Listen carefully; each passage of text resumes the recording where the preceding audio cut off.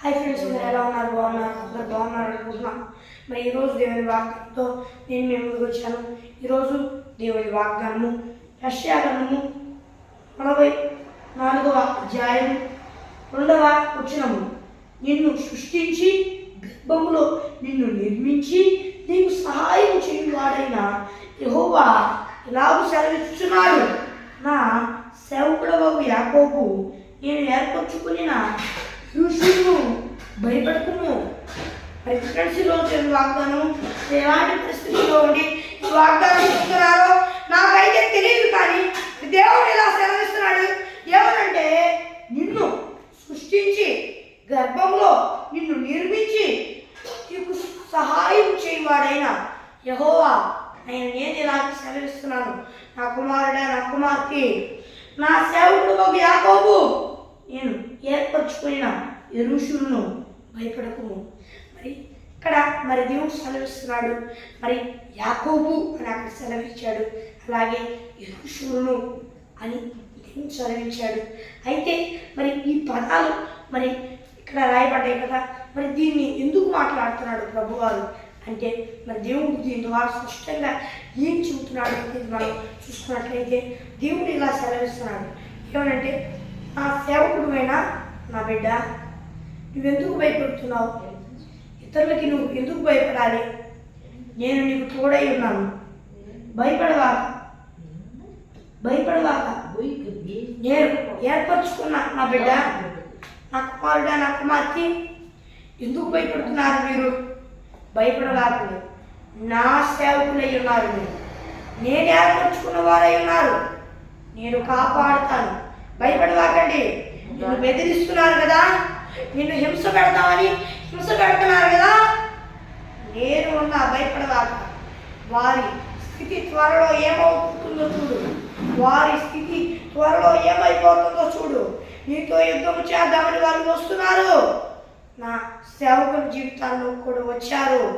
ఎంతో మంది నా సేవకుల్ని ఇబ్బంది పెట్టడానికి వచ్చారు, కానీ నా సేవకుల ముందు వాళ్ళు నిలువలేకపోయారు. ఎందుకంటే వారితో నేనున్నా, వారితో నేను చెప్పాను, భయపడకుండా నేను తోడుగా ఉన్నానని. వాళ్ళు యుద్ధం చేశారు, దాంట్లో గెలిచారే తప్ప ఓడిపోలా.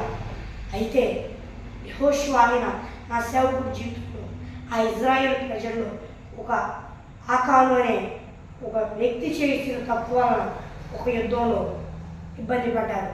దాని ద్వారా నేను మీకు శ్రమించేది ఏంటంటే, పాపం చేయకుండా ఉండు, అప్పుడు భయపడకుండా ఉండు. ఏ అపాయం ఉండదు, నీకు ఏ అపాయం ఉండదు. నీతో యుద్ధానికి వస్తున్నా వాళ్ళు గెలవలేదు. ఒకవేళ ఇప్పటిదాకా పాప పనులు చేసావు అనుకో, భయపడవాక. ఇప్పటికైనా నా పాదాలు పట్టుకున్నావు అనుకో, ఆ యుద్ధంలో గెలుస్తావు. ఎందుకంటే నీ తప్పు ఒప్పుకున్నావు కాబట్టి నీ తప్పు నీ మీద నిలిచి ఉండదు. ఎప్పుడైతే నీవు క్షమాపణ అడుగుతావో అప్పుడే నేను కలవరిగిళ్ళు ప్రాణత్యాగం చేసిన నా రక్తపు బొట్టును నీ మీద కాల్చి నీ తప్పును పరిహరిస్తాను, నీ హృదయంలోకి వస్తాను. నీతో యుద్ధం చేసేవారితో నేనే యుద్ధం చేస్తా, నిన్ను కాపాడతా. నువ్వు భయపడవాక నా కుమారుడా, నా కుమార్తె, దేవుడు శ్రమిస్తున్నాడు. ఇప్పుడు మీ జీవితాల్లో ఎలాంటి పరిస్థితున్నా వనకు వాకండి. అయ్యో అని సర్వోన్నతుడైన దేవుడు, మోషేకి తోడైన దేవుడు, యెహోషువకు తోడైన దేవుడు, ఆయన సేవకుడైన దేవుని జనాంగానికి తోడైన దేవుడు ఈరోజు మీకు కూడా తోడై ఉంటారు. మీరు ఆయన సేవకుడై ఉన్నారు. ఎవరి సేవకుడు? సర్వోన్నతుని సేవకుడు. సర్వోన్నతుని సేవకుడు. అందరు హేళన చేస్తున్నారా? ఈ పెద్ద భక్తులు అని ఎగతాళి చేస్తున్నారా? లేకపోతే భయపెడుతున్నారా? భయపడవాకండి. మీరు సర్వోన్నతుని సేవకులై ఉన్నారు. సర్వోన్నతుని సేవకులతో పెట్టుకునే ఎవరు నిలిచి ఉండరు. ఎలీషా గారిని ఎగతాళి చేశారు, బోడివాడా అని. వాళ్ళ పరిస్థితి ఏమైందో మనం దేవుడి వాక్యంలో చూసుకోవచ్చు. అయితే అలా మనం శపించొద్దు, కానీ ఇలా వాళ్ళు మార్చు అని ప్రార్థిద్దాం. వాళ్ళు మన మీద యుద్ధానికి వస్తుంటే దేవుడే విజయాన్ని ఇచ్చి వాళ్ళు ఓడిపోయేలా చేస్తాడు. మనకి అపాయం లేకుండా చూస్తాడు. సర్వోన్నతుని సేవకులతో పెట్టుకుంటే ఏమైందో మీకు తెలుసుకొని జాగ్రత్తగా దేవుని యందు భయభక్తులు కలిగి ఉండండి. సర్వోన్నతుని సేవకులతో పెట్టుకుంటే ఇబ్బంది అని మీకు తెలుసు కదా.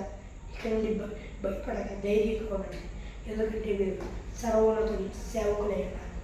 ఒకవేళ మీరే సర్వోన్నతుని సేవకులైన దేవుని బిడ్డలు ఇబ్బంది పెడుతున్నారా? జాగ్రత్త. దేవుని ఉగ్రత మీ మీదకి వచ్చింది. వాళ్ళు ఒకవేళ శపింపకపోవచ్చేమో, కానీ మీరు వాళ్ళ మీద ఎప్పుడో ఒకటి యుద్ధాన్ని అన్నట్టు ఏదో ఒకటి పూడ్చి ఉంటారు, వాళ్ళు ఇబ్బంది పెడతామని. ఆ శాపం మీ మీదకి వచ్చింది. జాగ్రత్త. దేవుడి మాటలు ఆశీర్వదించుకున్నాక మరి చిన్న ప్రార్థన చేసుకున్నాను. పరలోకమందున దేవా, నీ వాగ్దానం ద్వారా సూటిగా స్పష్టంగా నీ బిడ్డలతో మాట్లాడి ఉన్నందుకు వేలాది కోట్ల స్తుతులు స్తోత్రాలు చెల్లిస్తున్నాను. ఈ నీ బిడ్డలందరూ, ఈ భూలోకంలో ఉన్న వారందరూ నేను నమ్ముకొని మారుమనసు ప్రచారాలు పొందుకొని బాప్తీసం తీసుకుని రక్షణ పొందుకొని నీ ఆత్మను పొందుకొని నీ ఆత్మ అభిషేకం పొందుకున్నట్టు సహాయం చేయి. పొందుకొని కూడా దారి మరలా మారుమనసు ప్రచారం పొందుకొని రక్షణ పొందుకొని నీ ఆత్మను పొందుకొని నీ ఆత్మ అభిషేకం పొందుకున్నట్టుకు సాయం చేయ. యేసు నామం పేరిట అడుగుతున్నాను నా ఎవరిలోకమందున నా పరమ తండ్రి. ఆమేన్. మరి ఫ్రెండ్స్, దేవుని వాగ్దానం మరి నీ ప్రార్థన వస్తున్న కొరకు ప్రకటిస్తున్నాను. +91 6339609 అనే నెంబర్కి కాల్ చేయండి. మరి ఒకసారి ఇంగ్లీష్లో చెప్తాను. +91 6305 960089 అనే నెంబర్కి కాల్ చేయండి. మరియు దేవుని వాగ్దానంతో మరి కలుద్దాం. దేవుని కృపాస్తులందరికీ తోడై నడిపించుకుందాం. ఆమేన్. Praise the lord.